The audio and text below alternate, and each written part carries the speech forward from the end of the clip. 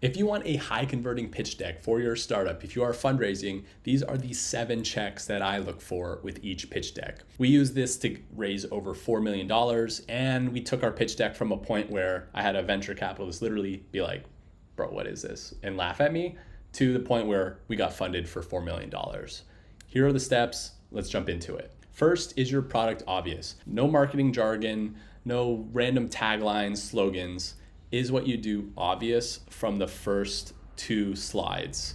If it's not, you're being too complex and you're trying to be too crafty. The reality is VCs, angels, they don't have a ton of time to analyze every single slide.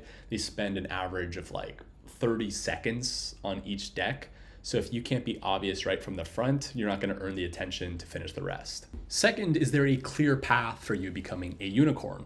The reality is most people that are trying to fundraise actually shouldn't fundraise, especially today. If you can afford like a Claude Max plan, for a lot of people, you don't need to fundraise in order to build that thing anymore. If you are building a company that has a clear path to get $100 million in revenue, $1 billion valuation, that then is interesting. So be honest and realistic with yourself. Don't lie to yourself. Can I actually get there? Because you also don't want to fundraise if you don't need to fundraise. It is a ton better to bootstrap an idea, turn it into, let's say, $50,000 a month versus be a VC-backed startup doing $50,000 a month, which is a failure versus a huge smashing success if you're just bootstrapped. Next is, did you hype yourself up? So on your deck, you should have a screen where it has you, your photo, your LinkedIn photo, your co-founder's photo, etc. You should have all the logos of companies that you worked at. You should share why you're the best people in the world to be working on this problem. This is not the time to be humble. You need to share exactly who you are and be completely blatant about why you're awesome. Don't hold back. I think too many people are too humble on their decks, or they'll say things like, oh, we have this world-class team.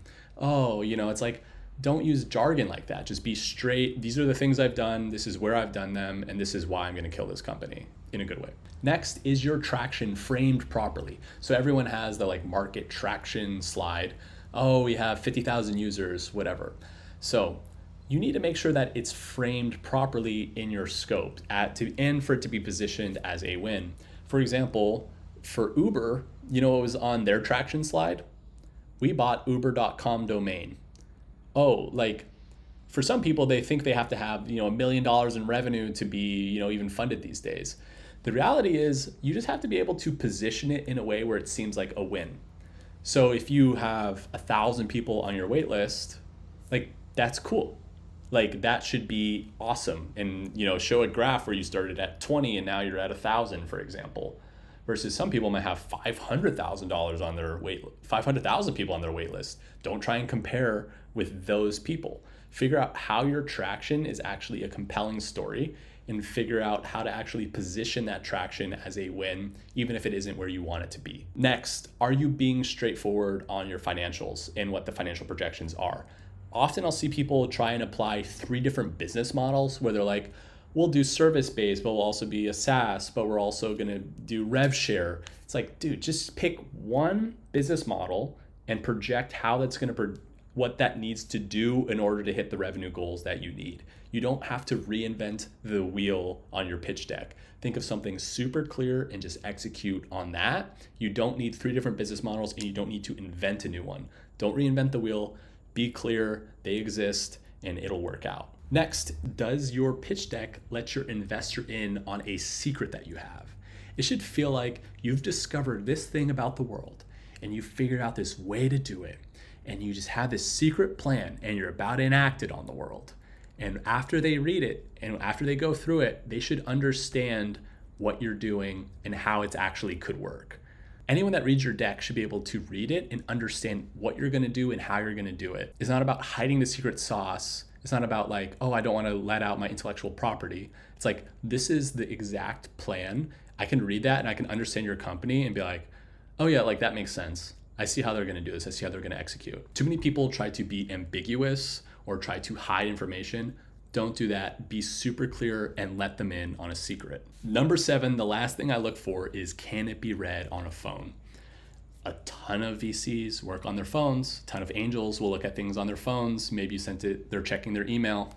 And so many people put a ton of text. So actually preview it on your phone. Like, is it readable? Because a lot of people do that. That's the sad reality.